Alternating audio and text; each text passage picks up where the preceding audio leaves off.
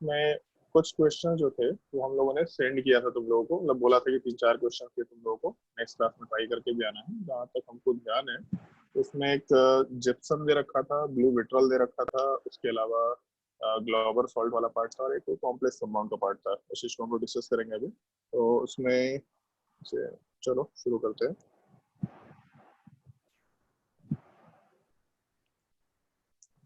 मेरे हिसाब से सब लोगों ने क्वेश्चन ट्राई किया होगा, और नहीं ट्राई किया है या फिर कुछ लोगों ने अगर वीडियो नहीं देखा है पूरा तो अपना वीडियो देख लें, अदरवाइज उनको क्लास में दिक्कत होगा तो हम लोग यूट्यूब चैनल का लिंक मिला होगा जिसके थ्रू तुम लोगों को वीडियो देखना है। तो लास्ट क्लास में हम लोगों ने एटॉमिक मास कैलकुलेट करना और मॉलिक्यूलर मास कैलकुलेट करना बता दिया था, जिसमें कुछ एग्जांपल्स भी डिस्कस किए थे हम लोगों ने। शायद अमोनिया था, H2SO4 था, इस तरह के कुछ एग्जांपल्स हम लोगों ने डिस्कस किए थे और बोला था कि 4 क्वेश्चन जो है वो सॉल्व करके आपको आने हैं, नेक्स्ट क्लास के लिए होमवर्क होगा। तो जैसे एक चीज हम लोग वो 4 3 4 जो क्वेश्चन थे, चारों क्वेश्चन को डिस्कस कर लेते हैं। जिसमें से एक क्वेश्चन दे रखा था जिप्सम।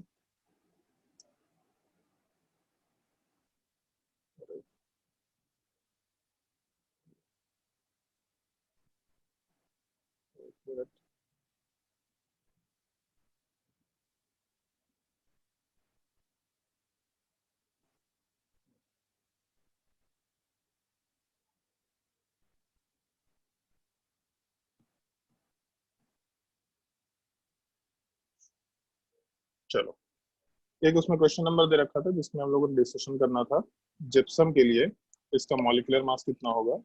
दूसरा मेंशन कर रखा था एग्जांपल, एक मिनट, दूसरा दे रखा था ब्लू विट्रल। फिर उसके बाद थर्ड एग्जांपल उसमें दे रखा था ग्लोबर सॉल्ट जिसका मॉलिक्यूलर फार्मूला Na2SO4.10H2O भी मेंशन किया हुआ था। और सबसे लास्ट वाले पार्ट में मेंशन कर रखा था Na4 FeCN6। ये 4 क्वेश्चन मैंने बोले थे सब लोगों को होमवर्क में ट्राई करके आना है घर से। इन चारों क्वेश्चन का हम लोग पहले डिस्कशन कर लेते हैं। जैसे अगर हम लोग जिप्सम की बात करेंगे तो जिप्सम वाले पार्ट का मॉलिक्यूलर फॉर्मूला सबको शायद ध्यान होगा, अभी 10th क्लास में आपने पढ़ा होगा, CaSO4.2H2O। इस चीज को हम लोग जिप्सम भी बोलते हैं। तो जैसे जब हम लोग जिप्सम की बात करेंगे तो इस केस में नॉर्मली ऐसा कंसिडरेशन ले सकते हैं कि अगर हम लोग इसका मॉलिक्यूलर मास कैलकुलेट करें तो मॉलिक्यूलर मास कैलकुलेट करने के लिए हम लोगों को सारे के सारे एलिमेंट्स को तो ध्यान रखना ही है, साथ ही साथ .2H2O दे रखा है। इसका मतलब H2O के 2 मॉलिक्यूल्स हैं जिसको कंसिडर करते हुए काम करना है। तो H2O के 2 मॉलिक्यूल्स कंसिडर करना है तो हम लोग आराम से H2O के मॉलिक्यूलर मास 18 को 2 से मल्टीप्लाई करके काम कर सकते हैं। मतलब कभी भी इस तरीके से एक कंपाउंड के आगे अगर डॉट समथिंग वाटर दे रखा होगा तो इसका मतलब शायद आप लोगों ने सुना होगा, इस चीज को हम लोग वाटर ऑफ क्रिस्टलाइजेशन भी बोलते हैं। ये एक स्टैंडर्ड टर्म है जिसको यूज किया जाता है, वाटर ऑफ क्रिस्टलाइजेशन। मतलब इतने वाटर के मॉलिक्यूल्स एक्स्ट्रा एडेड फॉर्म में एग्जिस्ट करेंगे, ऐसा हम लोग आराम से बोलते हुए काम कर सकते हैं। अगर मॉलिक्यूलर मास कैलकुलेट करेंगे तो कैल्शियम वाले पार्ट का मॉलिक्यूलर मास होता है 40, उसके अलावा सल्फर वाले पार्ट का 32। ऑक्सीजन वाले पार्ट को अगर कैलकुलेट करें तो ऑक्सीजन का मास नंबर 16 होता है और इसके 4 एटम्स दे रखे हैं तो 16 × 4 हो जाएगा। प्लस उसके अलावा 2 × H2O, और H2O का मोलर मास 18 होता है, मॉलिक्यूलर मास वाला पार्ट 18 AMU होता है, तो 2 × 18 कर सकते हैं हम लोग। तो इसके हिसाब से 40 + 32 + 64 और इसके अलावा 36, तो 64 + 36 को देख के मालूम पड़ रहा है 100 हो जाएगा, और 40 + 32 72। इसका मतलब टोटल वैल्यू अपना 172 AMU के बराबर होना चाहिए। अगर हम लोग मॉलिक्यूलर मास की बात कर रहे हैं तो अपना आंसर AMU के टर्म में आएगा 172 AMU। अगर हम लोग मोलर मास की बात करते हैं तो थोड़ा वेरिएशन होता, जो कि आज हम लोग डिस्कस भी करेंगे कि मॉलिक्यूलर मास वाला पार्ट और मोलर मास वाले पार्ट में एग्जैक्टली क्या डिफरेंस होता है, उस चीज का डिस्कशन आज हम लोग करेंगे। तो इसके बाद जो नेक्स्ट क्वेश्चन है ब्लू विट्रल, ये भी क्लास 10th में सुना होगा। ब्लू विट्रल का फॉर्मूला CuSO4.5H2O। इस चीज को हम लोग कॉमनली ब्लू विट्रल भी बोलते हैं। तो अगर मान लो कि हम लोग ब्लू विट्रल को कंसिडर करें CuSO4.5H2O, तो इसके मॉलिक्यूलर मास वाले पार्ट में CuSO4.5:O, कॉपर वाले पार्ट का मॉलिक्यूलर मास 63.5 हो जाएगा, सल्फर वाले पार्ट का मॉलिक्यूलर मास 32, ऑक्सीजन का भी जस्ट ऊपर कैलकुलेट किया था हम लोगों ने CaSO4 वाले पार्ट में।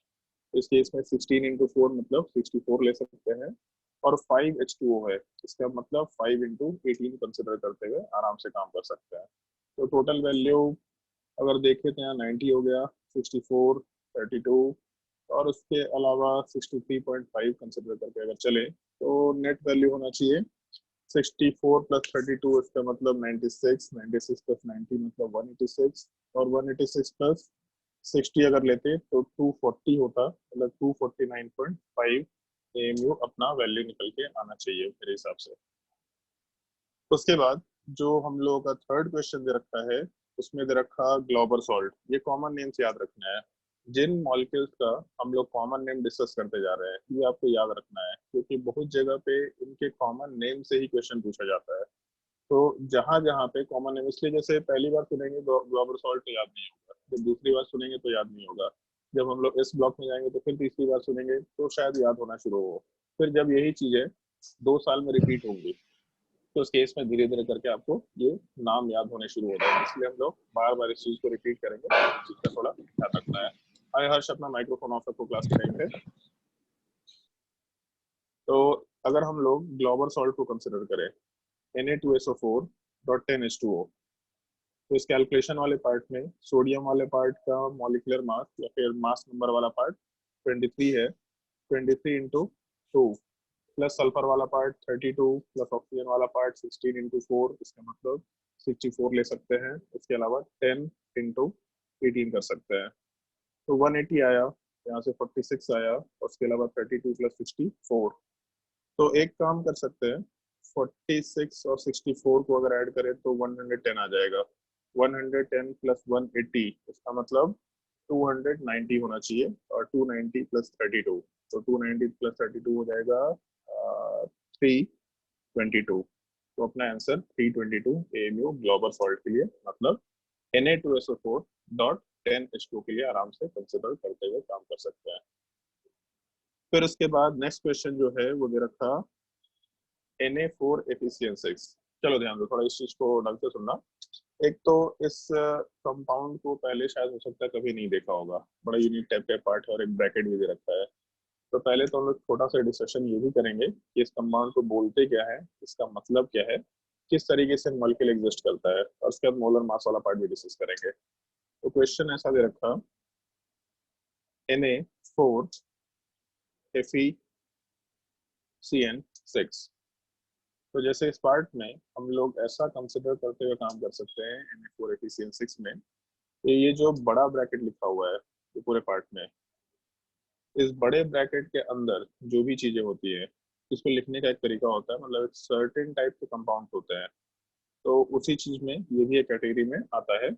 जो बड़े ब्रैकेट के अंदर लिखा हुआ चीज होता है, इस चीज को हम लोग एक कॉमन लैंग्वेज में कॉम्प्लेक्स कंपाउंड बोल सकते हैं, या फिर इसी चीज को हम लोग कॉम्प्लेक्स कंपाउंड वाले पार्ट के जगह पे एक और नाम यूज कर सकते हैं, कोऑर्डिनेशन कंपाउंड।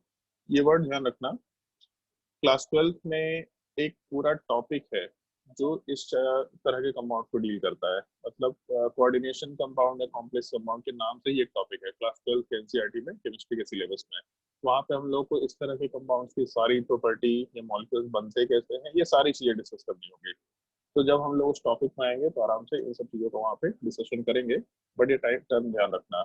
और एक प्रॉपर्टी याद रखना है कि ये जो बड़े ब्रैकेट के अंदर का पार्ट होगा, ये बड़े ब्रैकेट के अंदर का पार्ट कभी भी डिसोसिएट नहीं करेगा।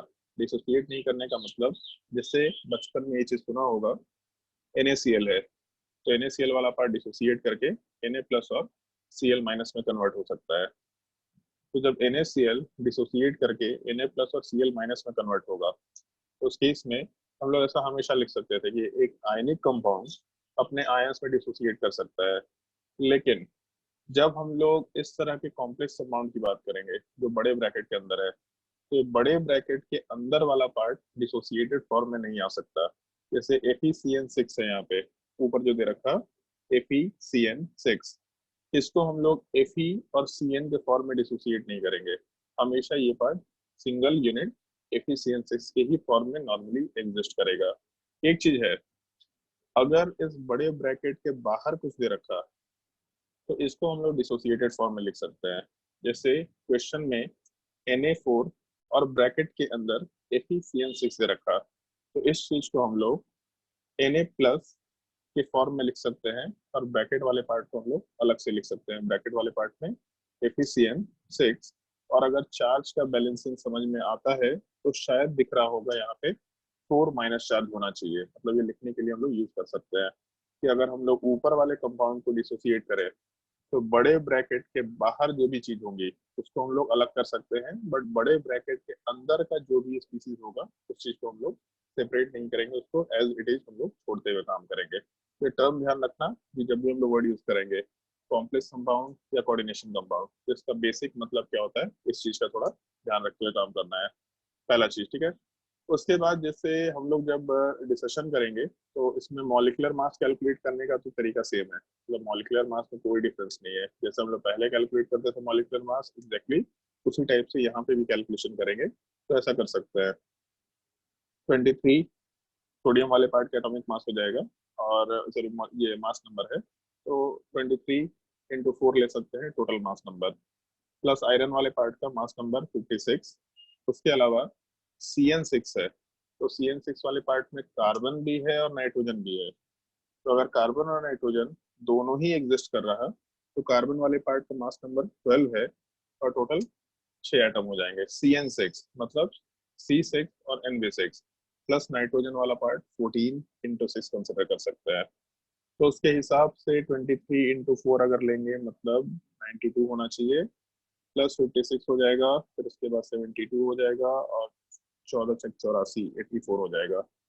तो 56 और 84 को ऐड कर देते हैं पहले, तो वहां से 90 प्लस 50 इसका मतलब 140 आएगा, और उसके बाद 140 में हम 304। लोग 70 को ऐड करेंगे तो 212, 210 प्लस 90 मतलब 304 आना चाहिए अपना वैल्यू। तो हम लोग अपना आंसर आराम से 304 AMU कंसिडर करते हुए काम कर सकते हैं। तो अपना आंसर 304 AMU निकाला जा सकता है। इन 4 क्वेश्चन में अगर कोई डाउट है तो आराम से डाउट पूछ सकते हैं।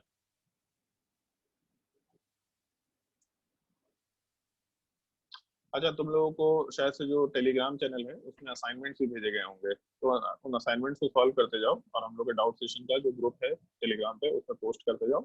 वहां से आराम से हम लोग सारे के सारे डाउट का डिस्कशन करते चले जाएंगे। जो भी डाउट पोस्ट करेंगे उन डाउट को हम लोग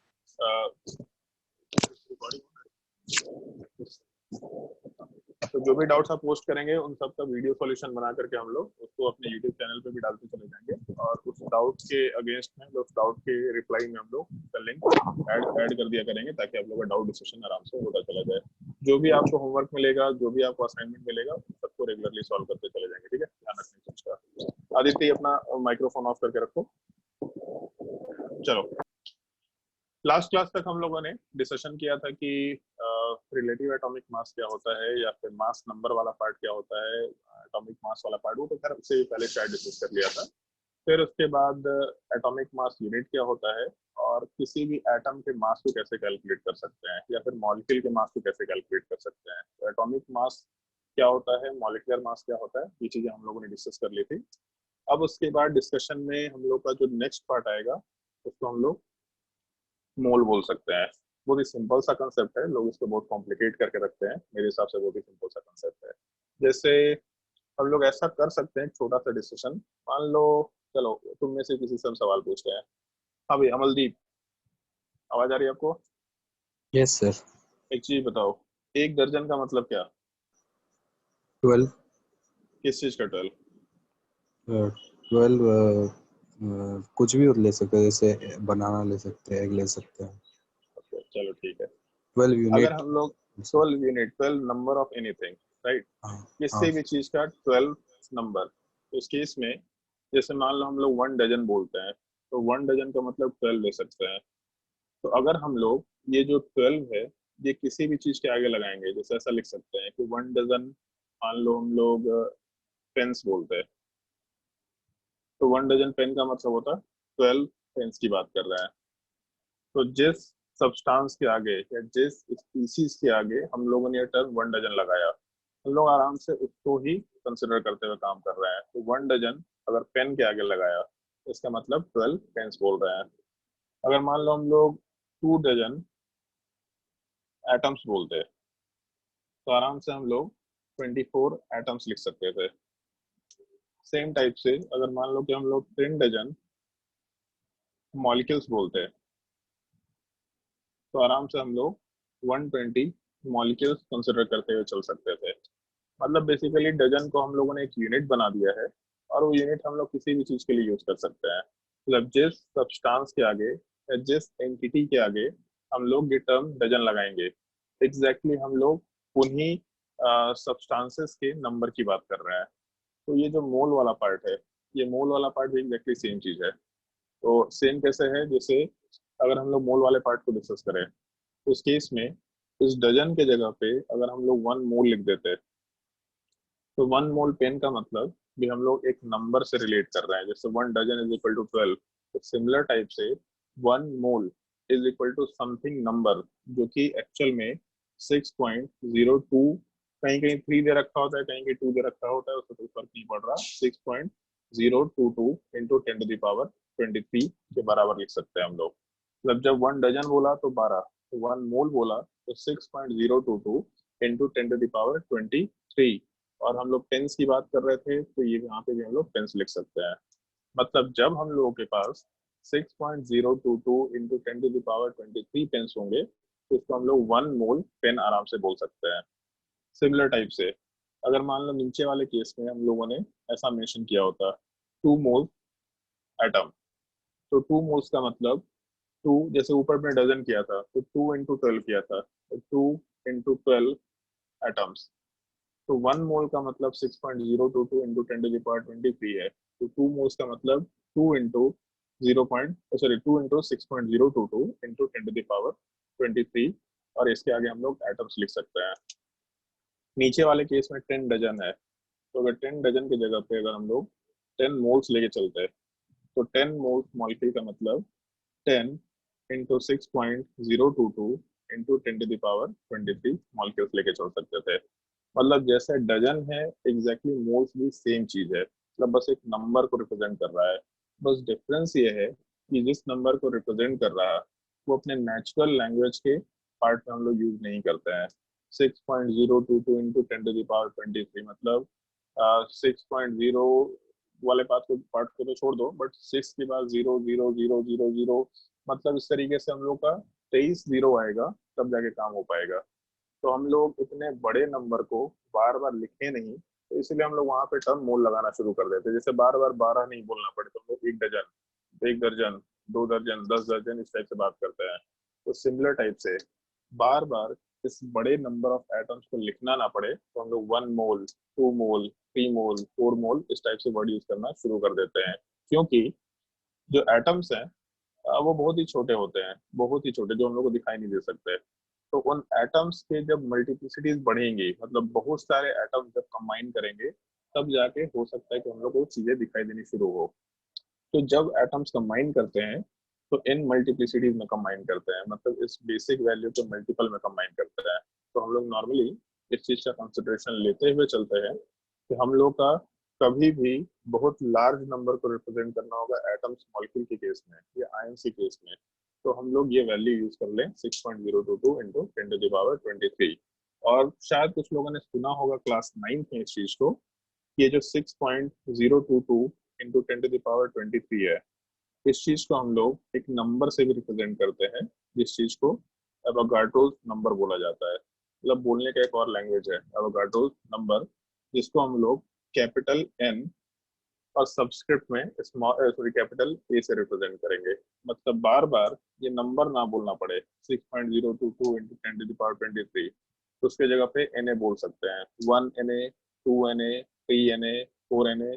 जैसे अगर मान लो 15 मोल्स बोलता, 15 मोल्स ऑफ आयन, इसका मतलब हम लोग 15 Na आयंस बोलते हुए काम कर सकते हैं। तो ये मोल्स को समझने का एक सिंपल तरीका है। मतलब मोल्स एकदम सिंपल लैंग्वेज में कैसे समझ सकते हैं, तो 6.022 इंटू 10 टू द पावर 3 23 हो गया अपना मोल्स वाला पार्ट। फर्स्ट पॉइंट ये है, ये स्टैंडर्ड डिफिनेशन आया कहाँ से? जैसे इससे कुछ बोल सकते हैं कुछ लोग कि सर ये 6.022 इंटू 10⁻23 आया कहाँ से? तो ये चीज आने के लिए फिर से कार्बन को ये रेफरेंस लेवल दिया गया है कि हम लोग कार्बन वाले पार्ट से ये नंबर आराम से निकाल सकते हैं। लेकिन उस डिफिनेशन से पहले अब एक छोटा सा कैलकुलेशन करने बोलेंगे तुम लोगों को। मतलब दो क्वेश्चन होगा, एक तो सिंपल कैलकुलेशन होगा, केवल एक सिंपल कैलकुलेशन पहला चीज, और दूसरा कुछ एक क्वेश्चन का पार्ट होगा जिसमें 2-3 पार्ट होंगे। उन 2-3 पार्ट को तुम लोगों को सॉल्व करना होगा। तो अपने कॉपी में क्वेश्चन नोट करो। पहले तो ये कैलकुलेट करना है,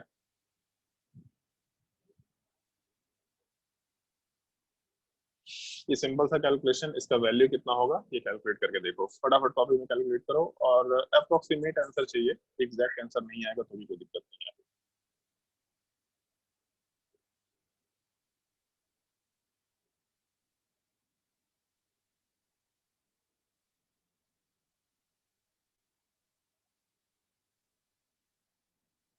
पहले फर्स्ट वाला ही पार्ट कैलकुलेट करो, इसके बाद अगले वाले पे आएंगे।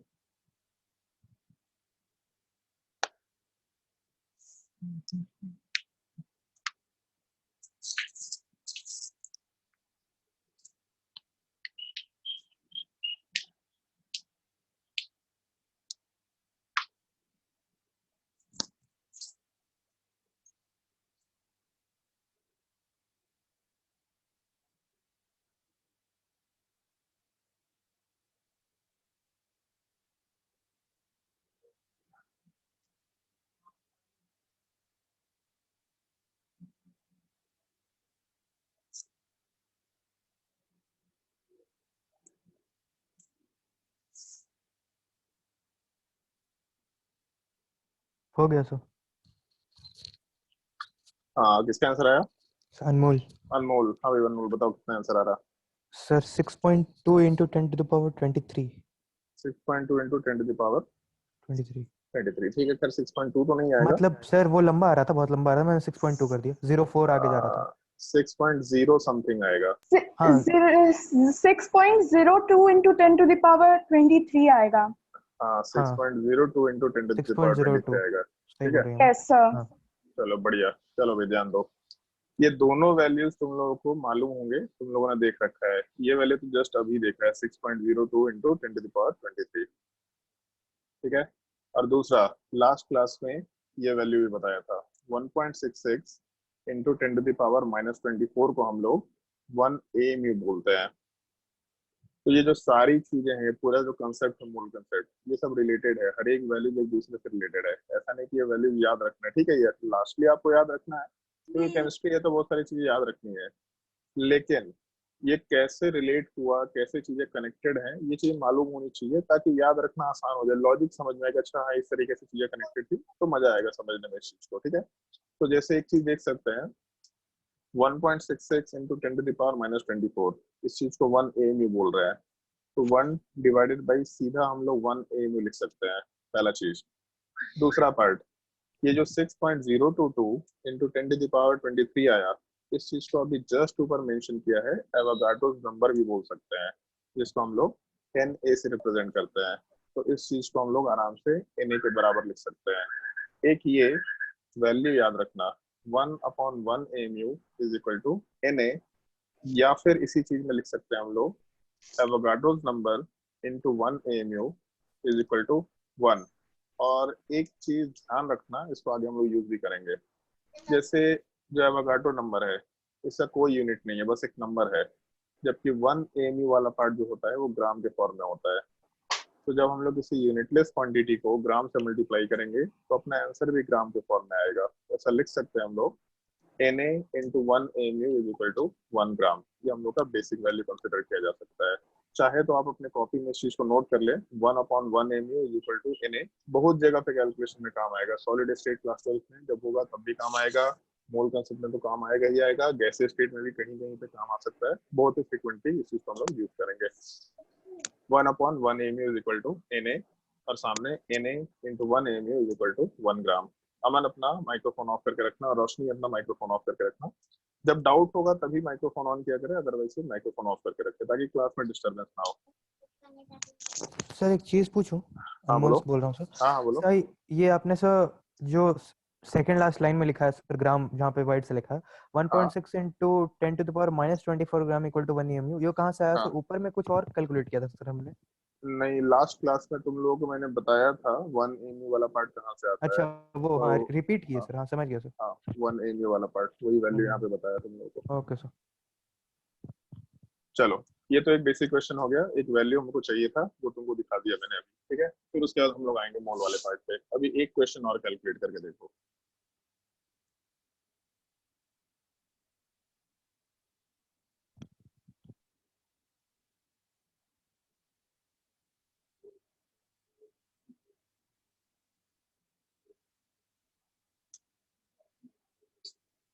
Find the number of atoms in the following cases. Find the number of atoms in the following cases.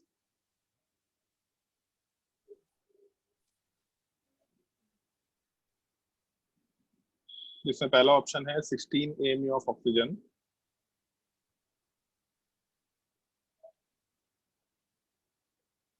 Second case 28 AMU of nitrogen,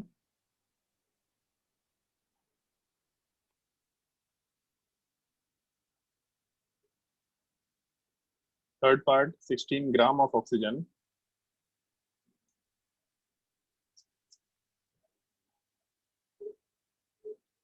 fourth part 28 gram of nitrogen. Similar questions हैं, थोड़े से डिफरेंस के साथ देखेंगे इस चीज को try करके। सिंपल यूनिटरी मेथड है, केमिस्ट्री से कोई लेना देना नहीं है। अगर कोई बोलेगा सर हमको ये नहीं समझ में आ रहा तो वो नालायक आदमी होगा, बचपन से ये चीजें पढ़ते आ रहे हैं हम लोग।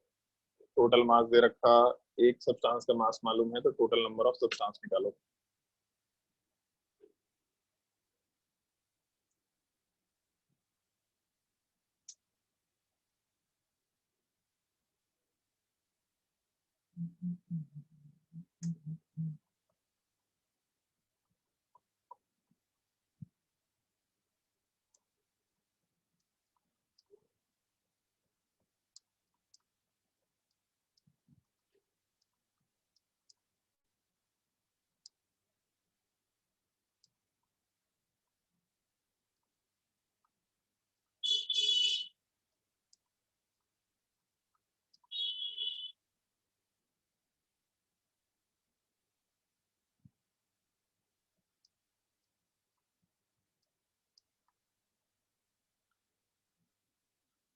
और शायद तुम लोगों को मालूम पड़ा होगा न्यूज में कि बोकारो में 5 केसेस और आए हैं कल।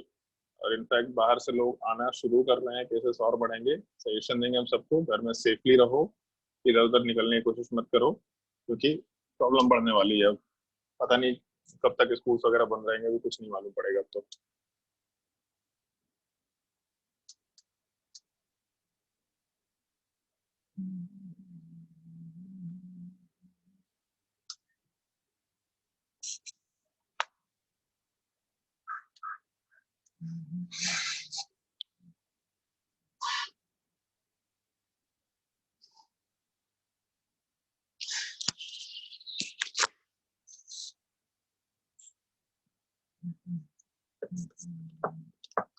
हाय शिवम, अभी आया क्या तुम क्लास में?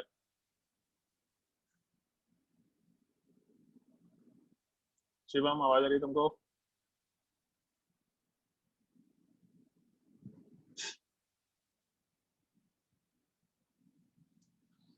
चलो भाई ध्यान दो। पहले वाले केस में आंसर होगा 1 एटम, दूसरे वाले केस में आंसर होगा 2 एटम, तीसरे वाले केस में आंसर होगा 6.022 इंटू 10⁻23 एटम, और चौथे वाले केस में आंसर होगा 2 इंटू 6.022 इंटू 10⁻23 एटम्स। अगर इन 4 पार्ट में से किसी भी पार्ट में डाउट है तो आराम से क्लियर कर सकते हैं। सिंपल कॉन्सेप्ट है बट क्लियर करते चलो इन चीजों को।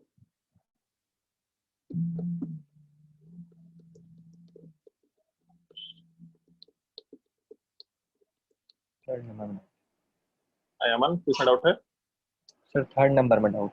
थर्ड नंबर में डाउट है। चलो एक चीज देखो, जैसे अच्छा खैर यही सवाल का जवाब बताओ। मान लो 16 AMU ऑफ ऑक्सीजन है, उसमें एक एटम है, ठीक है, कैसे निकाला? तो 16 एरिया, नहीं, ये जो पहला ऑप्शन है, पहला क्वेश्चन, इसमें 1 एटम कैसे आंसर आया, कैसे निकाला? सर 16 को सर ऑक्सीजन के एटम से डिवाइड किया sir.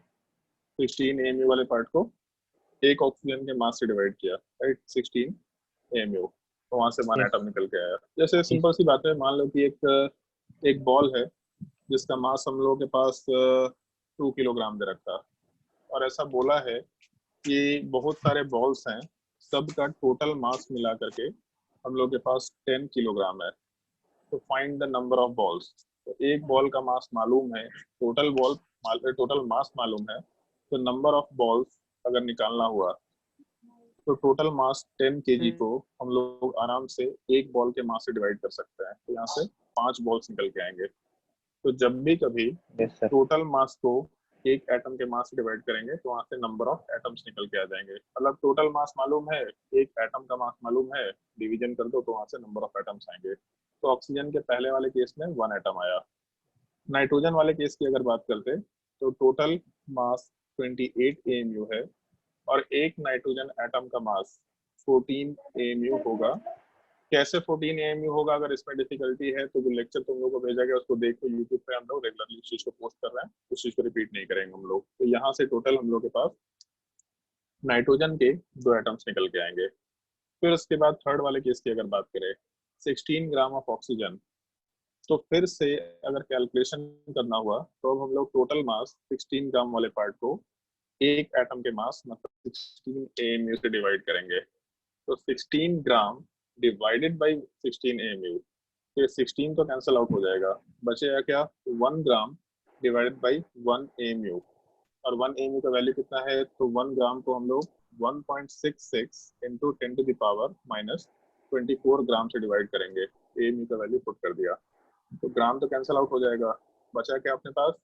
1 divided by 1.66 into 10 to the power minus 24। अभी जस्ट ऊपर कैलकुलेट करवाया तुम लोगों को, 1 divided by 1.66 into 10 to the power minus 24 is equal to 6.022 into 10 to the power 23। चीजें कनेक्टेड हैं, कैसे कनेक्टेड उस चीज पे हम लोग आएंगे, बट मेरे हिसाब से कैलकुलेशन समझ में आ गया होगा। ये चीज अपना 6.022 इंटू 10 टू द पावर 23 के बराबर बन जाएगा। समझ आया अमन? Yes sir. चलो ठीक है। तो क्वेश्चन नंबर 4 जिन लोगों को नहीं भी समझ आया होगा वो एक बार सोच के देखो फिर से, अगर समझ आ गया तो बहुत अच्छी बात है, बट अगर नहीं आया तो भी एक बार सोच के देखो, बन जाएगा सवाल।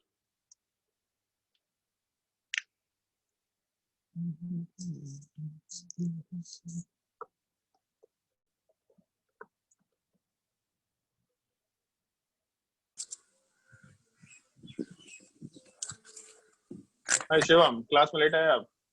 Yes sir. लेट मत आया करो, बिल्कुल टाइम पे आया करो। एक तो लाइव क्लास चल रहा है, हम लोग रिकॉर्डिंग करके भी डाल सकते हैं यूट्यूब पे, वहां से देखेंगे तो आपको ही मालूम पड़ता है। अभी तक बहुत सारे लाइव लेक्चर देखे होंगे आप लोगों ने, बहुत सारे यूट्यूब चैनल के लेक्चर्स देखे होंगे, बहुत बोरिंग होता है। हम खुद भी अपने लाइफ में कभी ऑनलाइन लेक्चर्स नहीं देखे यार, इतना बोरिंग है, धीरे धीरे चल रहा है। लाइफ में कम से कम तुम्हारा डाउट क्लियर होता है, तो इसलिए टाइम पे आया करो। अगर टाइम पे नहीं आएंगे तो तुम्हारा नुकसान है। ये फैसिलिटी नॉर्मली नहीं मिलता है, एटलीस्ट बिहार झारखंड में तो लोग नहीं प्रोवाइड कर रहे हैं। सब लोग अपना लेक्चर रिकॉर्ड करके यूट्यूब पे डाल दे रहे हैं और बोल रहे हैं उसी को देखो और क्वेश्चन सॉल्व करो। ऐसे काम नहीं होता, ऐसे पढ़ाई नहीं होता, बहुत बोरिंग। एक तो पढ़ाई यार वैसे ही बोरिंग है। किसी को मन लगता है क्या पढ़ने में? किसी को भी बोलो खेलना है तो कभी भी खेलने चला जाएगा, सुबह उठ करके खेलने चला जाएगा, रात में चला जाएगा, दोपहर के गर्मी में भी खेलेगा, लेकिन पढ़ने के लिए कोई नहीं पढ़ाई करना चाहता है। तो बोरिंग काम है, और उसमें भी रिकॉर्डेड लेक्चर और भी बोरिंग चीज हो गया। और कम से कम लाइफ में थोड़ा सा इंटरेक्शन है, टाइम पे आया करें ताकि कोई दिक्कत ना हो, अदरवाइज क्लास में दिक्कत होगा। ठीक है, ध्यान रखें इस चीज का। यस। चलो क्वेश्चन नंबर 4 में मेरे हिसाब से कोई डाउट नहीं होना चाहिए। 2 into 6.022 into 10 to the power 23। और अगर डाउट नहीं है तो क्वेश्चन नंबर 5 ट्राई करके देखो, इसमें कितने एटम्स होंगे? 12 ग्राम ऑफ कार्बन 12, इसमें कितने एटम्स होंगे? फटाफट ट्राई करो। और शिवम, क्लास के टाइम पे माइक्रोफोन ऑफ रखना ताकि डिस्टरबेंस ना हो क्लास में। बस डाउट होगा तो Sir, पूछना है। 6.022 into 10 to the power 23 atoms. 6.022 into 10 to the power 23 atom. Simple सा कैसे ऊपर जस्ट डिस्कस भी किया था, 12 ग्राम डिवाइडेड बाई कार्बन का एटॉमिक मास 12 AMU, तो ये 12 तो कैंसिल आउट हो जाएगा, 1 ग्राम अपॉन 1 AMU, इसका मतलब 6.022 इंटू 10⁻23। और क्योंकि लास्ट क्लास में या उससे पहले क्लास में या क्लास 9th में आपने ये चीज सुना होगा कि हम लोग सारा रेफरेंस या सारा डेफिनेशन कार्बन 12 के रिस्पेक्ट में डालते हैं, तो शायद थोड़ा बहुत चमक रहा होगा ये चीज कि हम लोग का ये जो वैल्यू है 6.022 इंटू 10⁻23 कहाँ से आया। 12 ग्राम ऑफ कार्बन 12 में जितने एटम्स होते हैं दैट इज कॉल्ड एज 1 मोल, मतलब वो जो नंबर ऑफ एटम्स निकल के आते हैं उसी वैल्यू को 1 मोल मान लिया गया है। मतलब 1 मोल जब हम लोग डिफाइन करना शुरू करेंगे तो 1 mole is equal to that number of species या फिर that number of entities which is equivalent to या which is equal to the total number of atoms present in 12 gram of carbon 12। तो definition बड़ा complicated type का, रटने लायक हो जाता है, स्कूल के एग्जाम में तो रटना भी पड़ेगा, कोई ऑप्शन नहीं है। लेकिन मेरे हिसाब से अगर ये समझ में आ गया है तो अगर बाय डिफॉल्ट मतलब बाय चांस कभी भूल गए फॉर्मूला, ये डेफिनेशन भूल गए कि यार क्या डेफिनेशन था, तो अगर ये समझ में आ गया है तो वहां से 1 मोल का डेफिनेशन खुद से भी बना सकते हैं। मेरे हिसाब से सब लोग इंग्लिश ठीक होता ही है आजकल के टाइम पे, तो आराम से बनाते हुए काम कर सकते हैं। तो चलो भाई इसके नीचे हम लोग फटाक से डेफिनेशन नोट करना शुरू करते हैं। डेफिनेशन नोट कर लो, 1 मोल इज इक्वल टू या 1 mole is the number of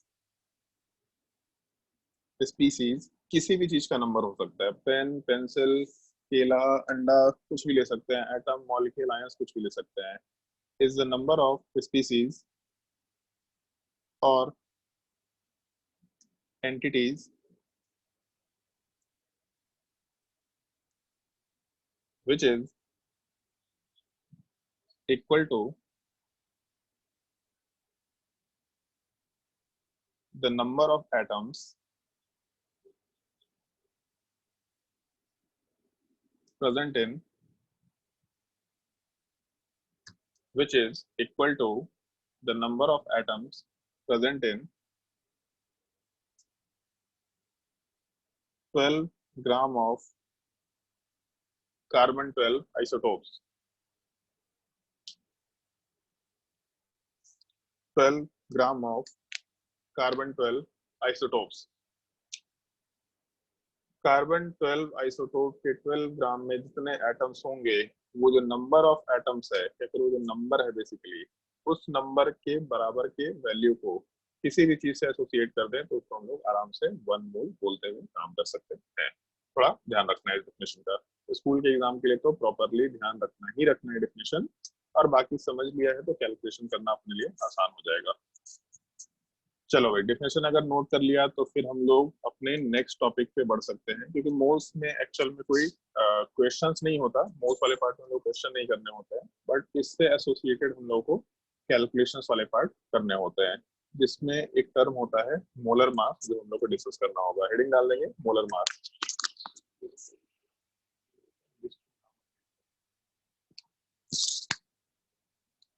heading डाल दो मोलर मास, और इसमें मोलर मास वाले पार्ट को हम लोग 2 पार्ट में वापस से डिवाइड कर सकते हैं।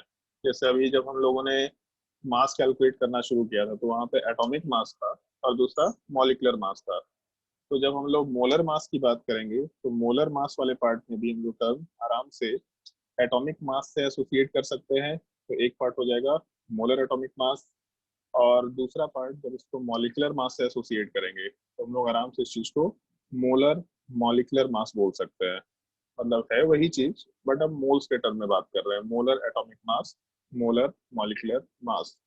और इसी चीज को एक और नाम दिया जाता है ग्राम एटॉमिक मास, और जो दूसरा वाला साइड होगा इस चीज को हम लोग आराम से ग्राम मॉलिक्यूलर मास भी बोल सकते हैं। तो ये दोनों नाम थोड़ा ध्यान रखना है, जैसे टर्म बड़ा ही सिंपल सा है, मेरे हिसाब से बहुत सिंपल सा है। Molar atomic mass, 1 mole atom का mass, molar atomic mass. Molar molecular mass, 1 mole molecule का मास। तो जब हम लोग एक एटम का मास मालूम है तो हम लोग 1 मोल एटम का मास निकाल सकते हैं। एक मॉलिक्यूल का मास मालूम है तो 1 मोल मॉलिक्यूल का ही मास आराम से निकाल सकते हैं, जिस चीज को हम लोग ग्राम एटॉमिक मास भी बोल सकते हैं, या फिर उसी चीज को हम लोग ग्राम मॉलिक्यूलर मास भी आराम से बोल सकते हैं। लेकिन एक चीज ध्यान रखना है, और ये बिल्कुल प्रॉपरली ध्यान रखते हुए काम करना भी है, जिसको अपने कॉपी में नोट के फॉर्मेट में लिख लेंगे। पहले ये पार्ट नोट कर लो, मोलर एटॉमिक मास को जो दो पार्ट में डिवाइड किया, ये पार्ट बस नोट कर लो। डेफिनेशन लिखाएंगे नहीं यहाँ पे, ये डेफिनेशन आपको खुद बाय डिफॉल्ट समझते हुए चलना है, क्योंकि बड़ा सिंपल सा चीज है ये। मोलर एटॉमिक मास, एक मोल एटम का मास। मोलर मॉलिक्यूलर मास, एक मोल मॉलिक्यूल का मास। तो इसमें डेफिनेशन लिखाना कोई ज्यादा काम का नहीं होगा। फटाफट इस चीज को नोट करें, और उसके बाद एक नोट में पॉइंट मेंशन करना है, जो बिल्कुल याद रखना ही रखना है आपको। हाँ, एक चीज थोड़ा ध्यान रखना भाई, क्योंकि तुम लोग का क्लास अभी से शुरू हुआ है। नोट्स कॉपी जो भी आप लोग बनाएंगे थोड़ा अच्छे से बनाना। तो हम लोग ये जो फ्री लेक्चर का सीरीज है, ये हम लोग का 2 साल चलेगा। 2 साल क्या मतलब, हम लोगों ने सोचा भी है कि हम लोग ऑनलाइन फॉर्मेट में काम करेंगे ही करेंगे। तो जैसे हम लोग का एक तो लेक्चर हो गया, दूसरा हम लोग का जो बुकलेट है वो सारी चीजें हम लोग आपको देंगे, और हम लोग का जो टेस्ट पोर्टल है वो भी चीजें आपको मिल जाएंगी। आप प्रैक्टिस कर सकते हैं आराम से उधर क्वेश्चन। नोट्स बनाते वक्त हमेशा ध्यान रखना, एक तो नोट्स थोड़ा साफ सुथरा रखना। मतलब साफ सुथरा इन द सेंस कि मतलब एक ही कॉपी में सारे सब्जेक्ट के नोट्स बना रहे, ऐसा काम मत करना। हर एक सब्जेक्ट का नोट बिल्कुल अलग अलग बनाओ, क्योंकि जब 2 साल के बाद रिवीजन करेंगे तो रिवीजन में वो नोट्स ही आपके पास होगा और कुछ नहीं होगा। तो इसीलिए नोट्स बहुत अच्छे से बनाओ। आइदर ग्रीन या रेड, दोनों में से कोई एक एक्स्ट्रा पेन यूज करो ब्लू के अलावा, ताकि जब भी कोई हेडिंग डालना हो, जब भी कोई इंपॉर्टेंट पॉइंट लिखने हो, क्योंकि बहुत सारे इंपॉर्टेंट पॉइंट्स आएंगे। अभी तो बहुत सिंपल टॉपिक है, बट जैसे जैसे आगे बढ़ेंगे बहुत सारे इंपॉर्टेंट पॉइंट्स आएंगे। तो बात होता क्या है कि जो जनरल पॉइंट्स है वो याद रहता है, लेकिन जो इंपॉर्टेंट पॉइंट्स वो याद नहीं रहते। तो इसीलिए इंपॉर्टेंट पॉइंट्स को दूसरे कलर के पेन से लिखना होता है। उसमें भी ट्राई करो रेड या ग्रीन, क्योंकि थोड़ा हाईलाइटेड पेन होता है, उसको नजर जल्दी जाता है। ब्लैक या ब्लू से लिखने की कोशिश मत करना। तो इसीलिए हमेशा नोट कॉपी जब भी बनाने बैठो, एटलीस्ट केमिस्ट्री में, तो एटलीस्ट ब्लू पेन के अलावा ग्रीन पेन या रेड पेन यूज करते हुए चलो, ताकि नोट्स में जो जो पॉइंट्स हाईलाइट करने हैं, जो जो टॉपिक्स लिख रहे हैं, उन सब चीजों पे हम लोग पेज पलटते वक्त भी डायरेक्टली नजर डाल पाए। क्वेश्चंस को सिंपली लिखा करो। क्वेश्चंस को तुम लोग को रिवीजन के टाइम पे नहीं देखना होता है। क्वेश्चन तो ऐसा है कि जैसे भाई पेज पलटते जा रहे हैं तो दिख जाए कि हाँ यहाँ पे क्वेश्चन है, लेकिन कोई इंपॉर्टेंट पॉइंट अगर सेम पेन से लिखा है तो उसमें नजर नहीं जाएगा। तो उसमें क्रिटिकल जो भी क्वेश्चन आते हैं जिसमें लोग गलती करते हैं, वो सारे के सारे गलती करने वाले क्वेश्चन हम लोग हमेशा उन्हीं क्रिटिकल पॉइंट से एसोसिएट करके रखते हैं। उस पर बार बार नजर जाना जरूरी होता है, इसलिए थोड़ा ध्यान रखेंगे नेक्स्ट क्लास इस चीज का। जब भी कभी कोई इंपॉर्टेंट पॉइंट लिखना होगा तो नोट लिख करके अलग से अलग पेन से मेंशन किया करेंगे। चलो ध्यान दो, जैसे ऊपर यहाँ पे मेंशन किया ग्राम एटॉमिक मास, तो इसका मतलब मोलर मास की बात कर रहा है। लेकिन एक और टर्म यूज किया जाता है, ग्राम एटम। ग्राम एटम अलग चीज है, ग्राम एटॉमिक मास अलग चीज है। बेसिकली ग्राम एटम वाला पार्ट मोल को रिप्रेजेंट करने का ही एक तरीका होता है। ग्राम एटम, ग्राम मॉलिक्यूल, ग्राम आयन, ये मास नहीं होता। जब तक ग्राम एटॉमिक मास नहीं बोलेगा तब तक मास की बात नहीं कर रहे हैं हम लोग। जब ग्राम एटम बोलेगा मतलब मोल्स की बात कर रहे हैं। जैसे मान लो 1 ग्राम एटम मतलब 1 मोल, 2 ग्राम एटम मतलब 2 मोल्स ऑफ एटम, ऐसा बोलते हुए काम कर सकते हैं हम लोग। सिमिलर टाइप से अगर मान लो कि 3 ग्राम मॉलिक्यूल बोला, तो ग्राम मॉलिक्यूल बोला, इसका मतलब फिर से मोल्स की बात कर रहे हैं, बस एक छोटे से डिफरेंस के साथ। ग्राम मॉलिक्यूल का मतलब 3 मोल्स तो बोल रहे हैं, लेकिन 3 मोल्स ऑफ मॉलिक्यूल बोलेंगे हम लोग, 3 मोल्स ऑफ एटम नहीं बोलेंगे। जबकि ऊपर वाले केस में 2 मोल्स ऑफ एटम बोलते हैं हम लोग। तो जैसे ग्राम एटम में एटम है तो इसलिए 2 मोल्स ऑफ एटम बोला। ग्राम मॉलिक्यूल में मॉलिक्यूल है तो इसीलिए 3 मोल्स ऑफ मॉलिक्यूल बोलते हुए काम कर रहे हैं। सिमिलर टाइप से अगर मान लो ये टर्म दे रखा ग्राम आयन, तो ग्राम आयन का मतलब हम लोग मोल्स ऑफ आयन लिखते हुए चलेंगे। इस एक पार्टिकुलर टर्म का ध्यान रखते हुए काम करना है। जैसे ग्राम मॉलिक्यूल, ग्राम मॉलिकुलर मास दोनों अलग चीजें हैं। ग्राम मॉलिक्यूल मतलब मोल हो गया, ग्राम एटम मतलब मोल हो गया, ग्राम आयंस मतलब भी मोल हो गए। तो इन चीजों का थोड़ा ध्यान रखना। ये हम लोग मोल्स को ही बोलने का दूसरा तरीका भी यूज कर सकते हैं। नोट कर लो इस चीज को।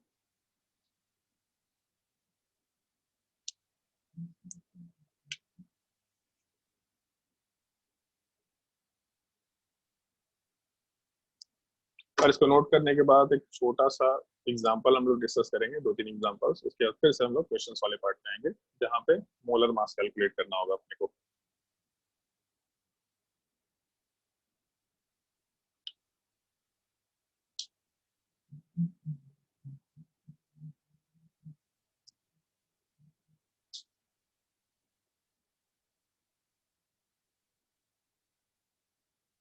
चलो ध्यान दो, जैसे मान लो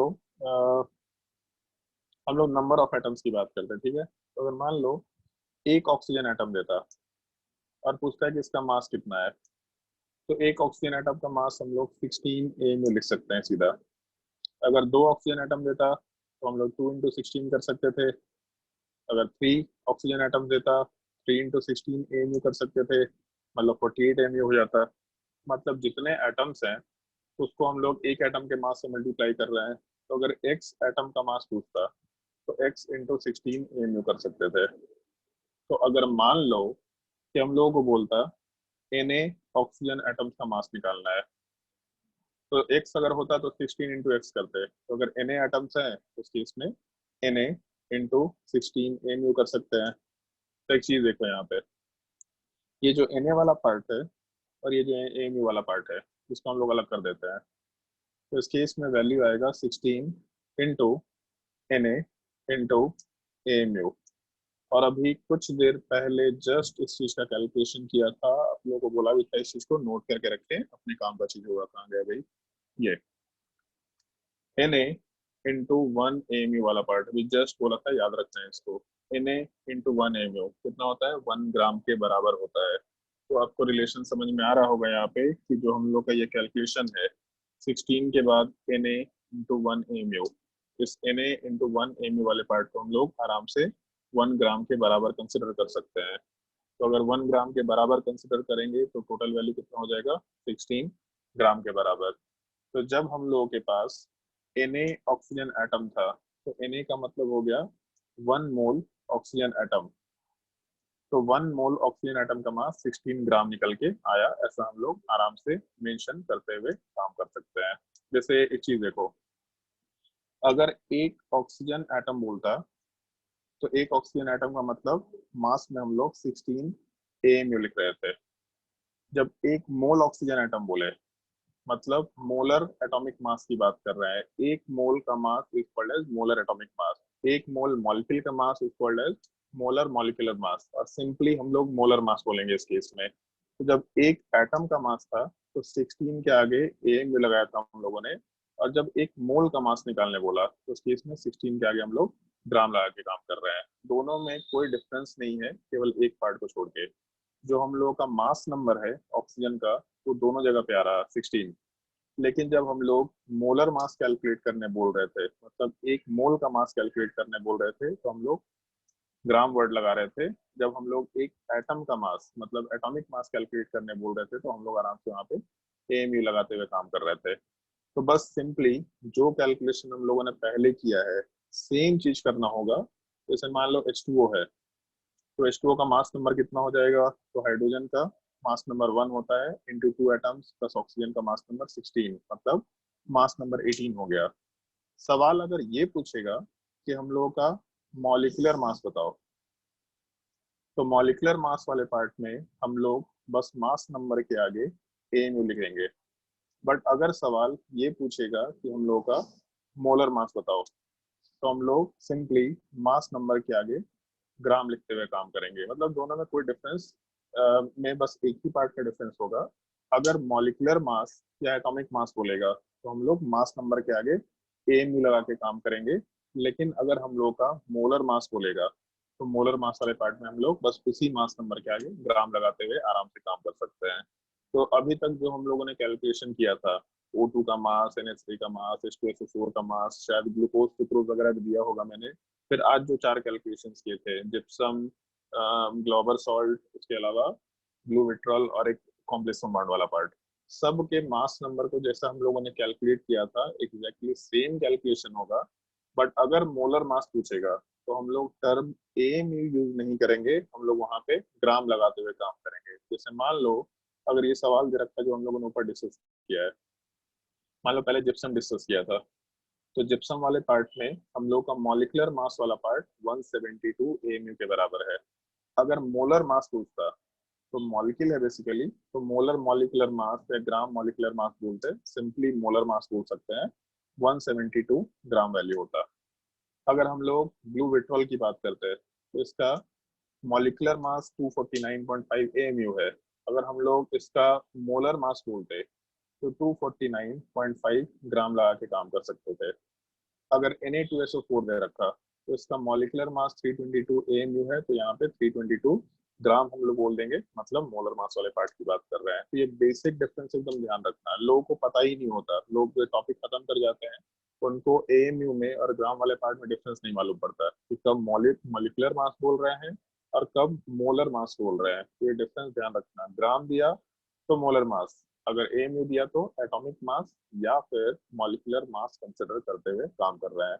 तो जैसे इसमें हम लोगों ने 10-12 क्वेश्चंस कर रखे हैं ऑलरेडी, तो इसमें ज्यादा क्वेश्चंस हम डिस्कस नहीं करेंगे। तुम लोगों को मोलर मास का मतलब समझ में आ गया, एक मोल मॉलिक्यूल का मास या एक मोल एटम का मास कॉल्ड एज मोलर मास। और क्वेश्चन वाले पार्ट में जो अपना मास नंबर है उसके आगे बस ग्राम लगा दो तो अपना आंसर निकल के आ जाएगा। एक दो क्वेश्चन तो ट्राई करके देख लो, फिर हम लोग नेक्स्ट टॉपिक पे मूव कर सकते हैं कि हम लोग किस तरीके से नंबर ऑफ स्पीसीज को मास वाले पार्ट से रिलेट कर पाएंगे। फटाफट क्वेश्चन नोट करो और उसको सॉल्व करते जाओ। NaOH वाले पार्ट का मोलर मास कैलकुलेट करना है, हेडिंग डाल देना उसमें क्वेश्चन में, कैलकुलेट मोलर मास।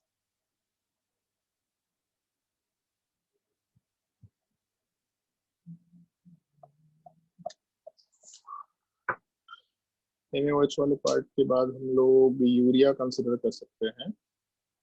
यूरिया का फॉर्मूला NH2CO, कुछ ऐसा फॉर्मूला आता है, NH2C double bond O NH2, इसका मतलब N2H4CO यूरिया का फॉर्मूला हो जाएगा। उसके बाद सुक्रोज को लास्ट क्लास में कैलकुलेट करा दिया था, कोई दूसरा कंपाउंड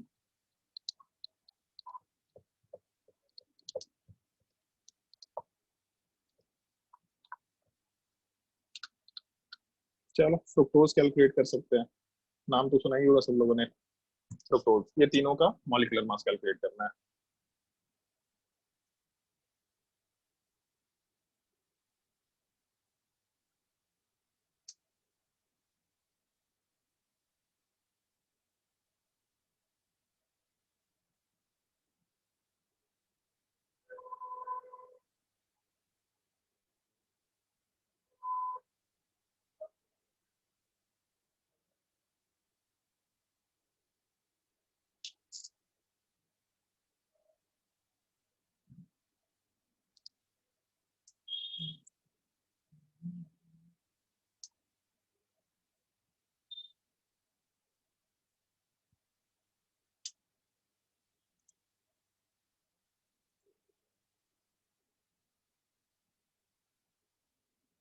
पहले वाले का तो मोलर मास सबका आंसर आ गया होगा मेरे हिसाब से, 40 ग्राम के बराबर वैल्यू होना चाहिए।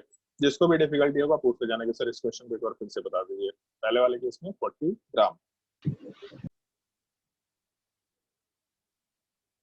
सेकंड वाले केस में 60 ग्राम वैल्यू होना चाहिए, कैलकुलेट करके भी देख लो। 28 प्लस 12 40 प्लस 16, हाँ ठीक है 60 ग्राम। और फ्रुक्टोज का फॉर्मूला तो मालूम होगा कुछ लोगों को, कुछ लोगों को हो सकता है मालूम ना भी हो। आंसर आएगा 180 ग्राम। है 180 ग्राम। शायद ये चीज 10th क्लास में सुना होगा, जब हम लोग सुक्रोज वाले पार्ट को वाटर के साथ रिएक्ट कराते हैं तो उसका डिसोसिएशन होता है, और डिसोसिएशन होने पे फ्रुक्टोज साथ ही साथ ग्लूकोज का फॉर्मेशन होता है, मतलब फ्रुक्टोज और ग्लूकोज दोनों बनता है। और एक चीज ध्यान दो, थोड़ा सब लोग, थोड़ा एक छोटा सा इंफॉर्मेशन है बेसिकली। सुक्रोज का फॉर्मूला लास्ट क्लास में भी डिस्कस किया था, C12H22 फिर C11 नहीं C12H22O11।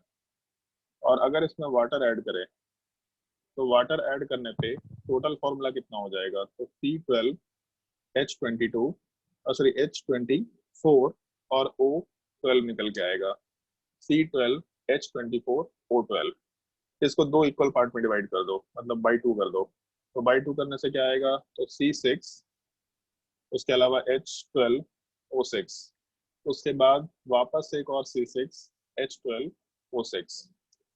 तो ये जो सुक्रोज है, जब इसको वाटर में डाल के हम लोग रिएक्शन कराते हैं, तो ये टर्म ध्यान रखना, वाटर के साथ रिएक्शन को इन जनरल हाइड्रोलिसिस बोला जाता है। ये टर्म ध्यान रखना, बहुत बार रिपीट होगा, बट पहला इंट्रोडक्शन है, बस ध्यान रखना। वाटर के साथ रिएक्शन को कॉल्ड एज हाइड्रोलिसिस।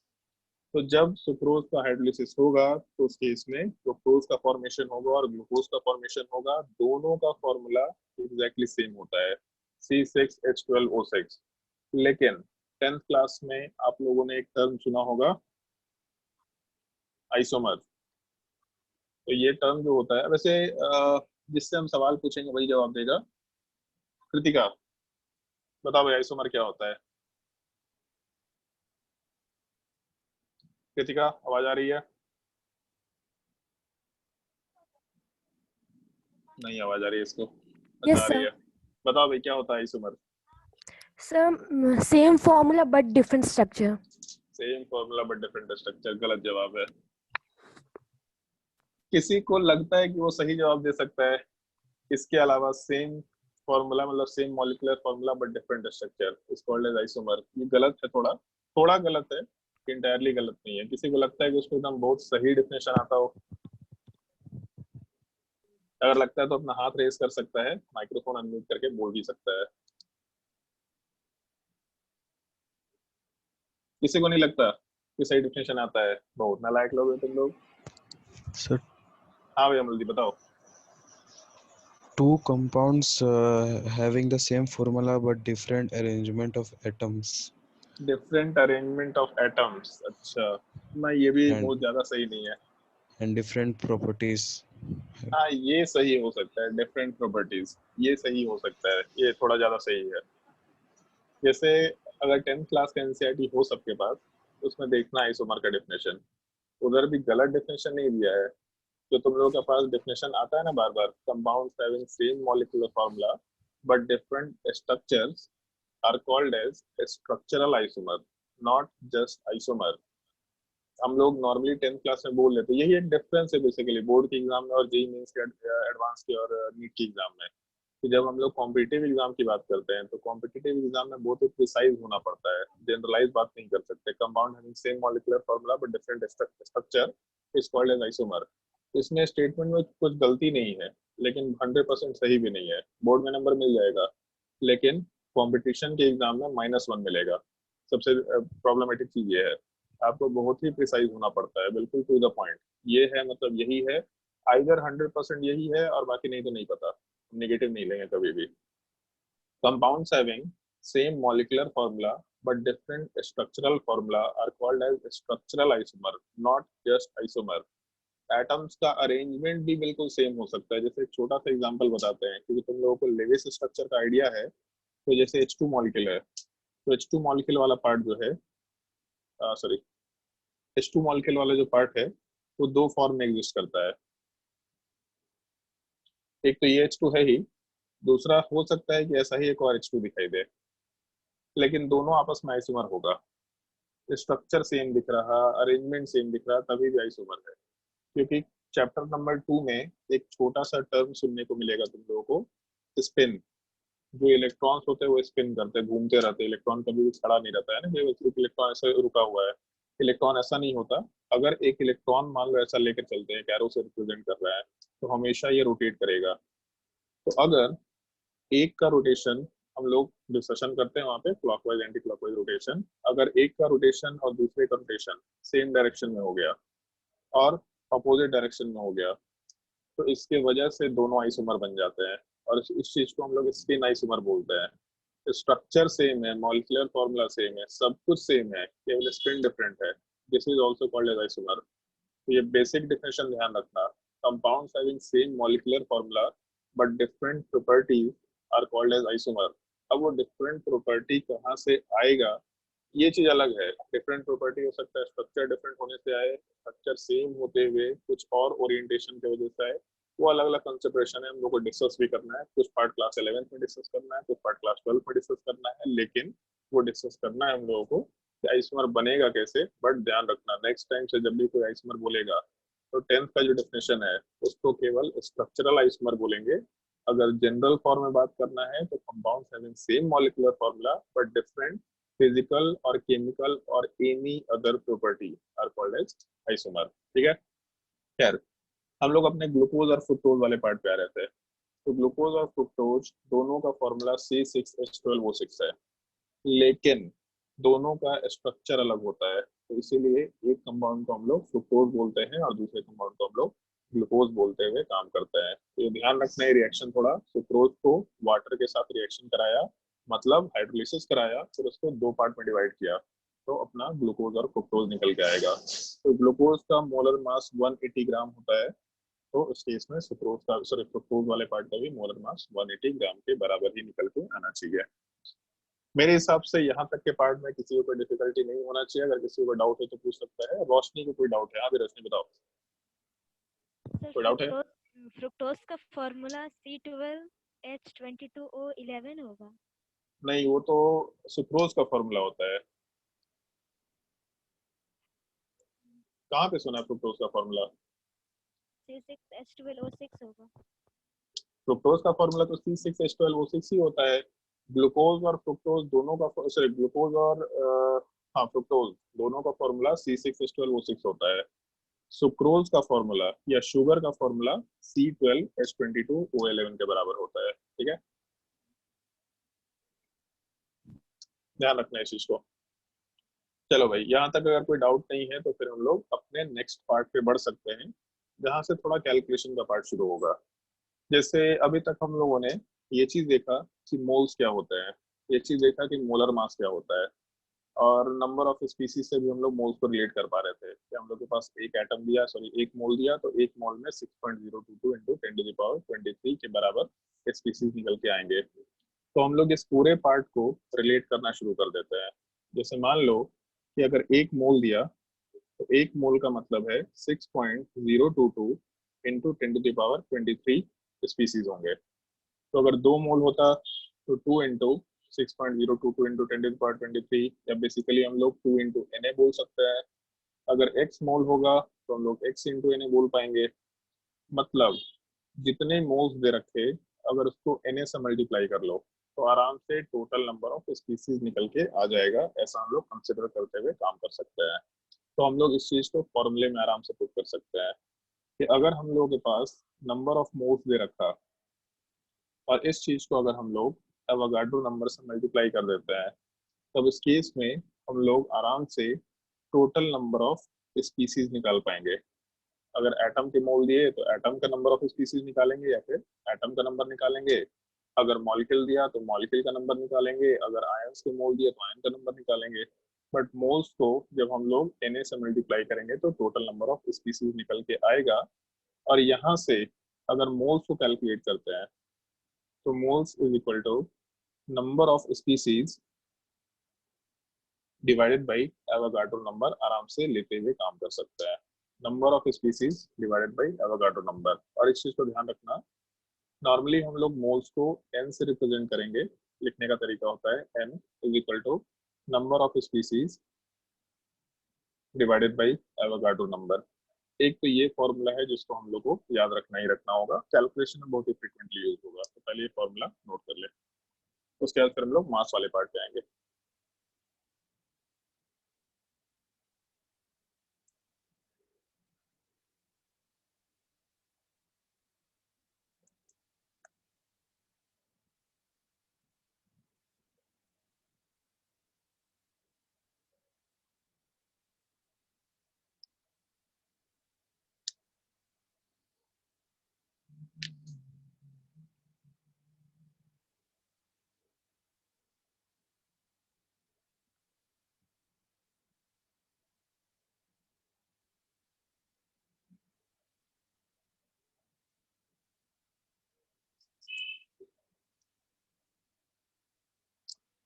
फटाफट नोट करें।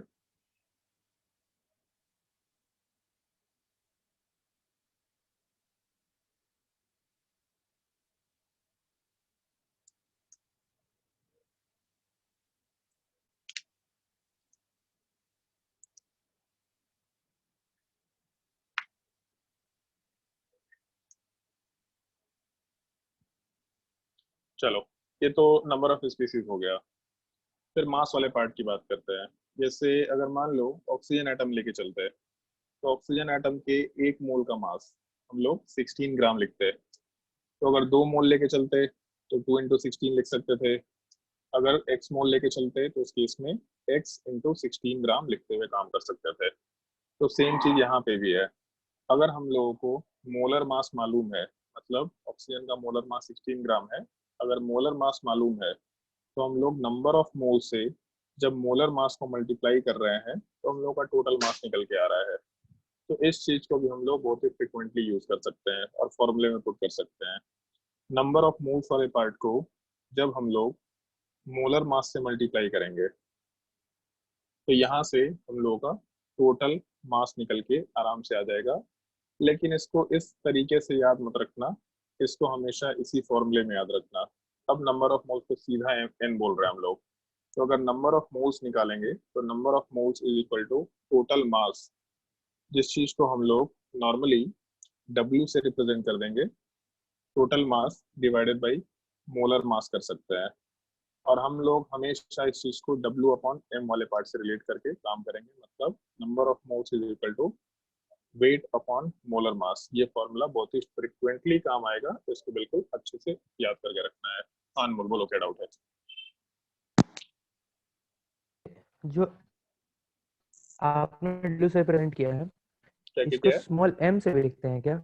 इसको? जो आपने W से मास को रिप्रेजेंट किया है ना सर, टोटल मास को, हाँ हाँ, उसको स्मॉल m से भी रिप्रेजेंट करते हैं सर? उसको कर सकते हैं। जैसे मास है तो हम लोग किसी फॉर्म में कर नहीं, जो सकते हैं। क्लास 9 में हम लोगों ने शायद पढ़ा था सर, एनसीईआरटी में n हाँ equal to small m upon capital M, हाँ ठीक है, इसीलिए लेकिन मैंने पूछा। हाँ नहीं नहीं ठीक है, वो सही चीज है। लेकिन मास है तो मास को किसी भी फॉर्म में रिप्रेजेंट करो, कोई दिक्कत ना हो। लेकिन ये जो स्मॉल m है, अभी हाँ इसी मोल कंसेप्ट में मालूम पड़ेगा कि हम लोग एक कंसंट्रेशन टर्म यूज करते हैं, जो 9th में भी आपने पढ़ा होगा, percentage weight by wait, percentage weight by volume.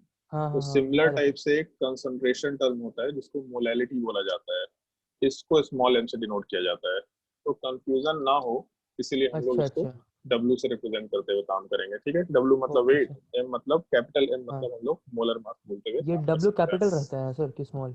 अरे कोई फर्क नहीं पड़ेगा, फॉर्मूला याद रखना है, number of moles is equal to ठीक है वेट सर, अपॉन मोलर ठीक ठीक मास। ठीक। लिखना भी नहीं थैंक यू सर, पड़ेगा कहीं पे तुमको, इसलिए कोई दिक्कत थैंक यू नहीं सर। है।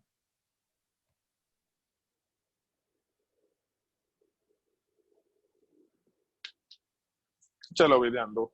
जैसे अभी तक 2 फॉर्मूला हम लोगों ने डिस्कस किया। एक फॉर्मूला नंबर ऑफ मोल्स को नंबर ऑफ स्पीसीज से रिलेट कर रहा है, और दूसरा फॉर्मूला नंबर ऑफ मोल्स वाले पार्ट को मास से रिलेट कर रहा है।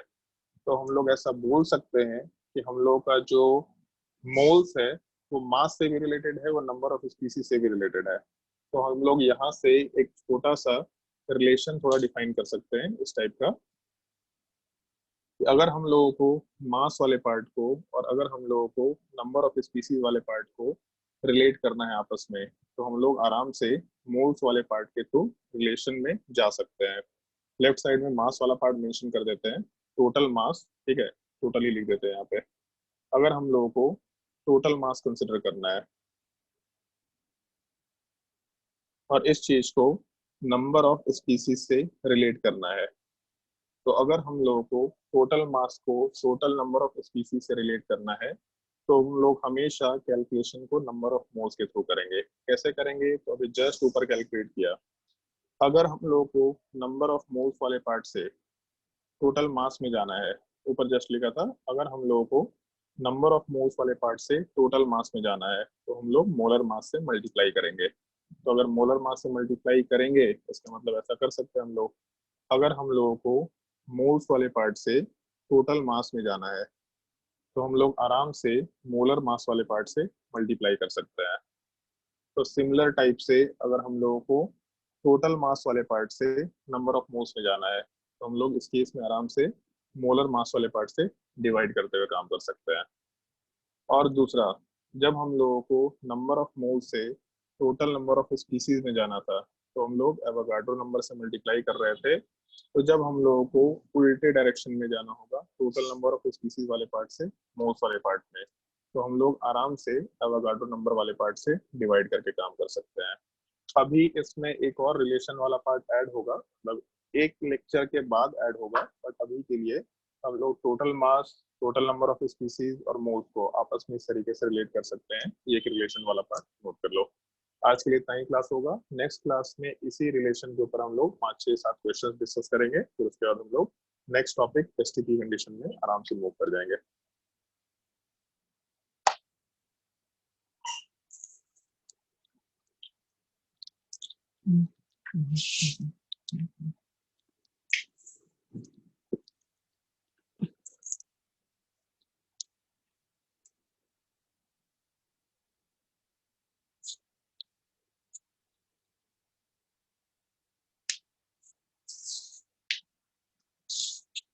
तुम लोगों को केमिस्ट्री का मॉड्यूल मिल गया ना? केमिस्ट्री का बुकलेट मिल गया है ना?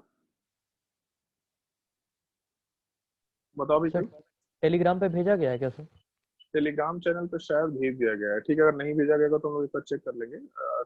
मॉड्यूल और असाइनमेंट सारा कुछ टेलीग्राम चैनल पे मिलता चला जाएगा, तो प्रैक्टिस करते जाना है। जो जो क्वेश्चन होमवर्क देंगे उसको प्रैक्टिस करना है। जो भी डाउट होगा वो डाउट वाले डिस्कशन वाले ग्रुप में आराम से डाल सकते हैं, ताकि उसका हम लोग सोल्यूशन आराम से डिस्कस कर पाए। चलो भाई ठीक है, अभी के लिए क्लास एंड करते हैं। आप लोग का 4:20 में वापस से क्लास शुरू हो जाएगा। इसी लिंक के थ्रू आप वापस से क्लास कर सकते हैं। और जो लोग का पहला दूसरा क्लास होगा वो लोग ध्यान रखेंगे, हम लोग टेलीग्राम चैनल के थ्रू ही काम कर रहे हैं। आप लोगों को मैसेज आ जाएगा टेलीग्राम चैनल, कौन सा टेलीग्राम चैनल को हम लोग यूज कर रहे हैं, ताकि हम लोग के लिए कोऑर्डिनेट करना थोड़ा आसान हो जाए। ठीक है, थोड़ा ध्यान रखेंगे। अभी के लिए क्लास एंड कर रहे हैं। 4 एक चीज पूछनी थी। सर हाँ बोलो बोलो। Sir Telegram